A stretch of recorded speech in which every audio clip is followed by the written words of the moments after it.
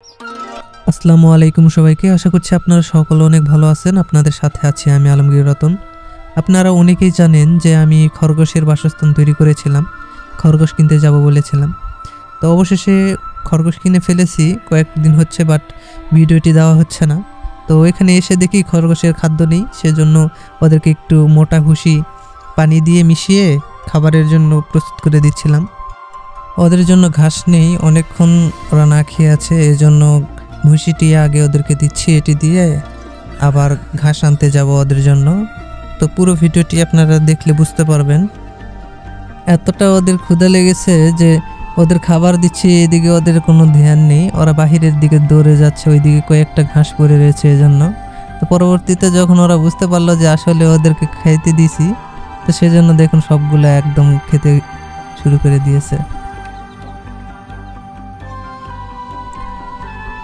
খরগোশ আসলে আমার একটি শখের প্রাণী, এদেরকে শখ করে এই জায়গাতে পালন করতেছি।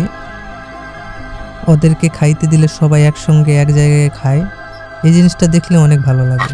ওই জায়গায় পানি ছিল না, ওই জন্য ওদেরকে পানি নিয়ে দেওয়ার জন্য এখানে আসলাম। ওদের খাবারের জন্য ঘাস নেই, আবার ঘাস নিতে যেতে হবে। তবে খরগোশের খাবার জন্য ঘাস নেই, সেজন্য একটি ডালি এবং একটি ছোট একটা ছুরি নিয়েছি ঘাস আনার জন্য। দেখতে পাচ্ছেন, তবে চলুন। অবশেষে আমরা ঘাস নেওয়ার জন্য চলে আসলাম। আমাদের এখানে একটি বড় একটি পুকুর রয়েছে, যে পুকুরটি শুকানোর পর এখানে কিছু ঘাস জন্মিয়েছে ছোট ছোট এবং অনেক নরম, সেজন্য খরগোশকে দিলে একটু খায়, তারা ভালো খায়, সেজন্য আজকে আমরা এখানেই কাটতে এসেছি। আর প্রচুর পরিমাণে গরম, এই রোদের মধ্যে আসলাম, একটুও বাসায় ঘাস ছিল না, সেজন্য এই সময়ে আসতে হলো। ঘাসগুলো এতটা ছোট যে কাটতে পারছি না, তারপরেও এগুলো কাটতে হচ্ছে, যেহেতু এগুলো একটু নরম আছে, খরগোশ একটু ভালো মতো খাইতে পারে। প্রচণ্ড রোদ গরম, সেজন্য বেশি ঘাস কাটতে পারলাম না, আজকে অল্প করেই নিয়ে যাচ্ছি। এগুলো খাবার শেষ হোক, আবার বিকেলবেলা কাটবো।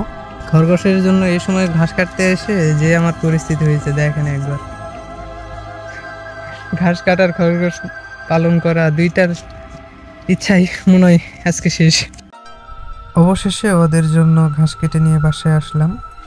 আপনারা দেখতেই পাচ্ছেন ওরা ঘাস দেখার পর কেমন করতেছে, দুপা উপরের দিকে করে কেমন করতেছে দেখেন।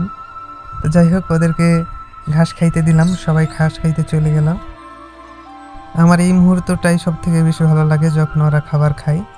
ওরা খাবার খাওয়ার সময় ওদের গাল ভর্তি থাকে এবং ওরা যখন মানে ঘাসগুলো চিবোই, তখন দেখতে আমার অনেক ভালো লাগে। একবার দেখেন ওদের ঘাস খাওয়াটা, দেখেন একবার, সত্যি আমার কাছে এই জিনিসটা অনেক ভালো লাগে।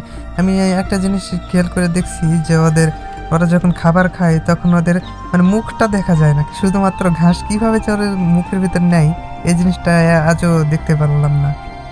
তবে আজকের ভিডিওটি এই পর্যন্ত, দেখা হচ্ছে পরবর্তী কোনো নতুন ভিডিওতে। সকলে সুস্বাস্থ্য কামনা করে আজকের ভিডিওটি এখানে সমাপ্ত করছি। আল্লাহ হাফেজ।